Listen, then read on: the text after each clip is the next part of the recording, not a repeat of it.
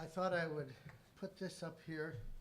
I was talking to a young woman out here with the last name of Welty, and I asked her if she was related to Eudora Welty. She said she wasn't sure. But in any case, I was asking her why we both liked this new way of packaging with the aluminum can.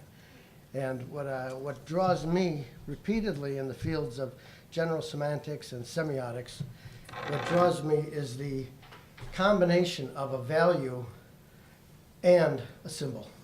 So this is both a symbol of Coca-Cola being in there, but I would prefer it in this form than a conventional can or a bottle, although I did like the original bottles. It's kind of interesting how these marketing things are a good way of suggesting to those of you who aren't real experienced with general semantics, how the symbols weave in with the values. I'll leave this here. I have to give a preface on this one. The person who provoked my interest in this is a man named John Balick. When we were young, we both did weightlifting competitions. And John, as he got older, he was a civil engineer degree from Marquette University. He thought he didn't like doing that the rest of his life, so he bought this magazine called Iron Man, which was obsolete, formatting and so on. He had worked with Weider Enterprises, Muscle and Fitness and all, the Shape magazine, all those elaborate, wealthy directions that Weider took the field into. And he developed Iron Man magazine into a modern format. Now what provoked me, he would always say, I would look at a figure or a physique, because I've been around this all of my life, and he would say, beauty's in the eye of the beholder. I was just getting so frustrated with this, because I thought, well, it is and it isn't, and I thought, let me look and see what the psychologists and empirical findings have to say about this. The other thing, because I'll have to show you some pictures that I hope are not offensive to anybody, I tried to weed out things that are a little too risque looking, but the web is replete with all kinds of extremes. You can look at Mother Teresa on one page and some outrageous pornography on the next. So I've tried to keep it in a kind of a civil context, but some of them, like a professor I worked with from Queensland, Australia, says, Richie, she's a shaka. So, but anyway, I also thank Thomas Sebiak because years ago he did a special edition of Semiotica. And what he did with it was he focused attention on pornography itself. And I felt uneasy at the time doing it. He says, well, just apologize. I said, I just don't feel comfortable with it. But so I'll apologize to you ahead of time in honor of Dr. Sebiak, who got me involved in publishing in this field. And the point will be, take it with adult mentality. Okay. The two general conclusions I reached at this point, I'll be real general semantics about this and say at this time, precisely, I would say both, I could answer yes to both questions. Beauty is in the eye of the beholder, and it's not. There's a general tendency that statistical research is showing repeatedly to be a preference for certain types of, focusing on this mostly on bodies, not on faces, but some of the research looks at both faces and body responses. So what the first response would be, yes to it is in the eye of the beholder because the human population is so diverse. It ranges from very healthy mentalities to absolutely pathological ones.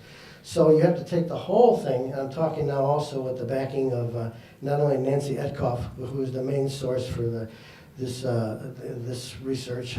She wrote a book called Survival of the Prettiest. And she's a psychologist. And another psychologist I work with by the name of Claudio Violato, and he says you have to take into account these general tendencies that we may be hardwired to accept. And they've shown repeated studies of this. So the first question can be answered, yes, it is in the eye of the beholder. But in terms of normal populations, the tendency is towards a type of middle range of body design and style and so on. So, which one of these do I hit, by the way, Ed? Just. And which one do I hit to move on? Oh. Is Is it this one? Ed, Yeah, the microphone's a little loud. Can you move it? okay. Okay, I'll back away from it. Yes. Hang on a second.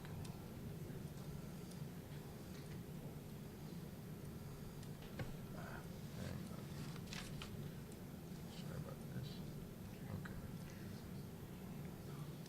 There you go. Is it gonna move me to the next one, or is it on the next one? Yeah. Okay, it's just showing up. So when I wanna move on, I'll just hit this one, right? Yep. Okay.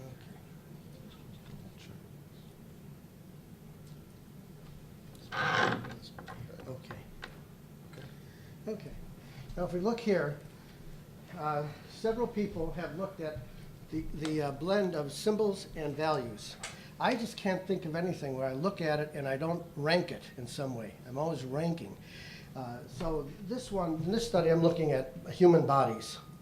And there's no consistency in the classification. It's a crazy, wild west type thing that you're looking at. Charles Morris is a person I've studied, I've worked on and published on. He ran into the trouble that Hayakawa mentioned in this line here. When you classify something, when you name it, you classify it. And his early work on Paths of Life, he wanted to give credit to Christian, Buddhist, and a couple other religious traditions. All he got was flack. He says, I didn't anticipate this. So he would call this like the Dionysian way, the Christian way, the Buddhist way. So he said, after I took a bunch of abuse from that terminology, because there's value, they're value laden, he went in another book called Varieties of Human Value to way 1, way 2, way 3, and so on. He said, I cut the problems down. So one of the preferences with social science is to come up with like names that don't carry too much value with it, because people then act in strange ways. They become semantic reactors. So with Hayakawa, the thing that he looked at was naming is hypnotic. That's a key thing. And then there's some cases where you don't name at all because it's seen as bad luck. You don't want to, like Rumpelstiltskin. It gives a power over people. I found this with people I worked with from Africa, Ghana, Nigeria, is in some of the tribal groups. If you know their name, they get upset with you because you have a certain power over them. So my Nigerian friend of mine who passed away a year ago used to say, so my brother, I'm not going to tell you my entire name because then you'll have a power. He was joking with me, I think. He was a PhD, but he says, I don't want you to have that additional power over me. Okay, so one of the things to be looking at is Burke talked about entitlements. When you entitle language, when you give something a name, how many of you name your children number 1, 2, 3? It doesn't happen. You try to, among American Indians whom I've worked with for years, they have sometimes an elder or medicine person come up with the best name that embodies what they think is the quality of that child or whatever.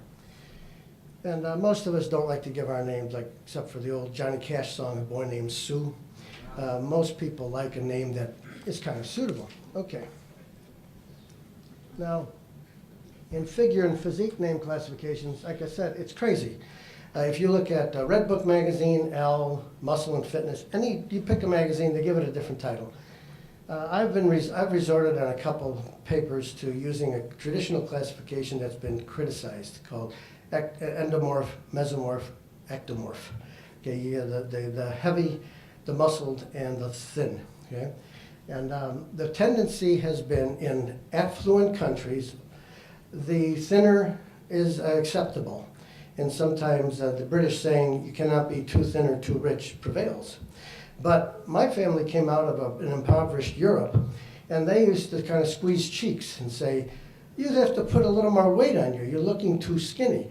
The chubby person, the chubby female, the chubby male, not morbidly obese, okay? Someone who looked healthy meant that they had the money to buy things. Some of the studies done in recent times have looked at different countries, sometimes 18, 20 different countries, and they found that pattern. But still, the prevalence has been towards a medium developed body, okay?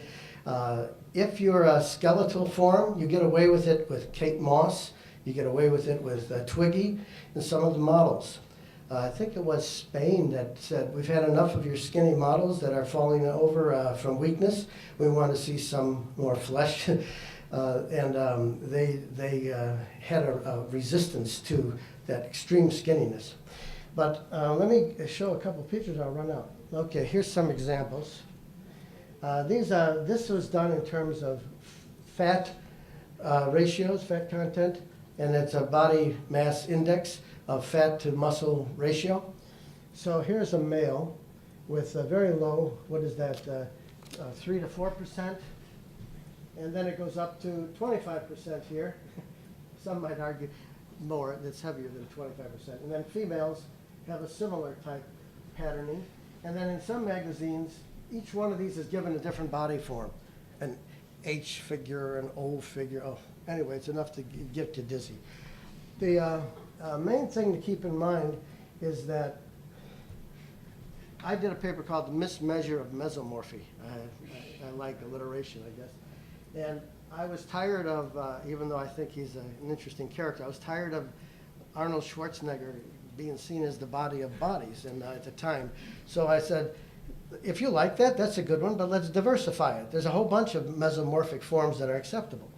So this gives you some basic outline formation of, but here's now one with women only. By the way, women get far more attention in this. It's totally sexist in that regard. Women figures are looked at constantly. You see it on billboards here. I saw one near the Fashion Center. It had some, it looked like a dancer dancing against a silhouette. Medium designed body, okay? So now here you have a range of females, and these are all titled different things, okay? So you have, this one at the end is called muscular. You might as well, I would have been happy if they just said 1, 2, 3, 4, 5, because they give their own biases when they impose these different terms on it. And then I'm not trying to be a supporter of the First Lady, but the ones that she's attacking are mostly what's called here morbid obesity and obese. And then look at this one called chubby. That doesn't look chubby to me. So then you have some cultural factors that intervene. If you come out of a culture that's a little more tolerant of adipose tissue, it looks good. And to another one, no, it's not good enough. Okay. My friend Violato and I, we did a study where we ended up, I'll skip over to this, an inverted U-curve. Yeah. He's in North Carolina now. He moved to Wake Forest University. So he calls it an inverted U-all curve. He moved from Calgary, Alberta to the south. And what you have here is as one thing increases, goes to a point, and then it starts dropping. So for example, what we found was what's called here performance. As attractiveness, as beauty increased, attractiveness dropped. So as they got more muscular, it was very positive up to a point, and then it started dropping. And it dropped sooner for women than it did for men. So the men ratings of the women was they ruled them out faster. And the women were a little more tolerant on men being muscular up to a point, but not the level of Arnold Schwarzenegger when he was like popular in Conan the Barbarian. That was already too big. But somebody like Ms. Olympia, like Linda Murray, huge female, very muscular. This was so shocking to most males they couldn't endure it. Now, I'll counterbalance this with something. A friend of mine, my best man in my second marriage is a man from mixed heritage. He's black, from Ghana, father, and a Navajo mother. Culturally, he's mostly black because he was raised in Cabrini Green, a ghetto area in Chicago. But one of the things he says that's common in black America is this.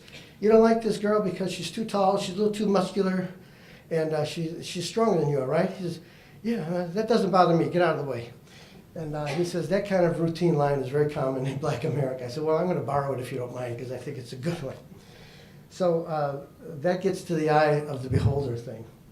Now, in this mismeasure of mesomorphy, from one of the lighter signs, what I've been seeing in some TV shows, there's a show called Mike and Molly. And they have 3 body types represented for men and women in the show. And it looks to me like it was by design. Molly is Melissa McCarthy. I don't know if you know this show. She's quite chubby, and her husband is chubby.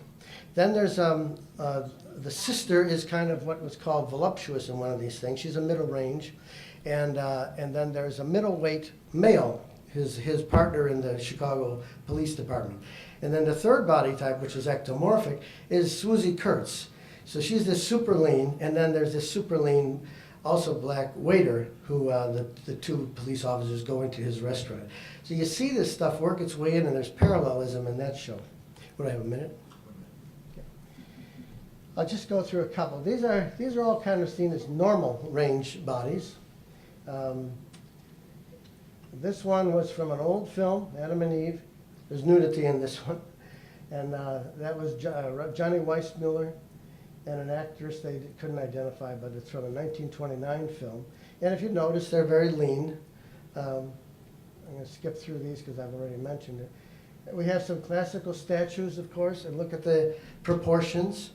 Many of the early bodybuilders, like Eugene Sandow and Sid Klein, they used to measure the classical statues and try to imitate it in their own development.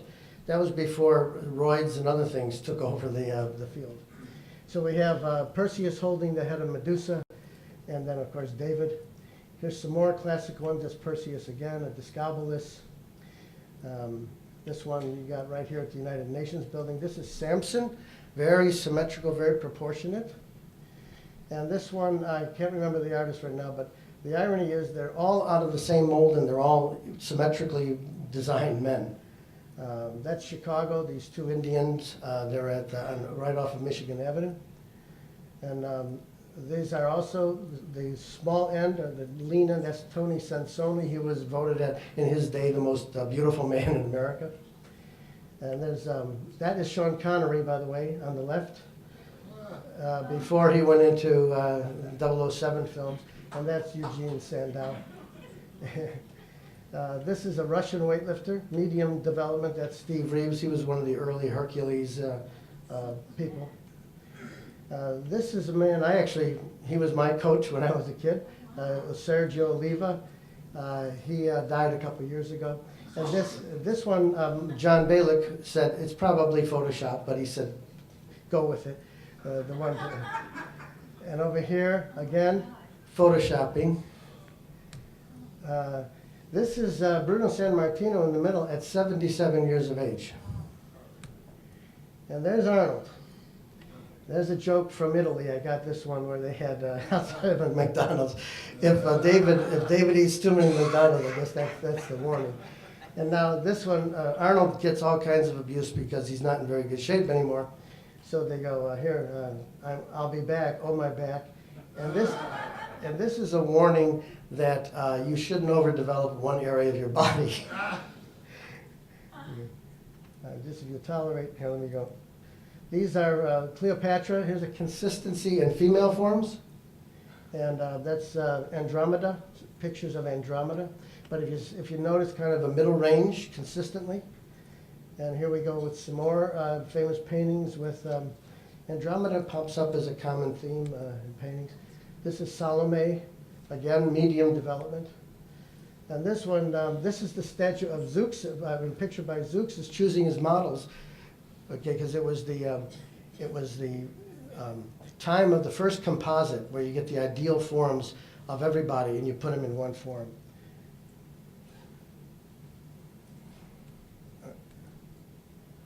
And just if you'll tolerate 1 minute, this is a photo from you've seen this ad on television.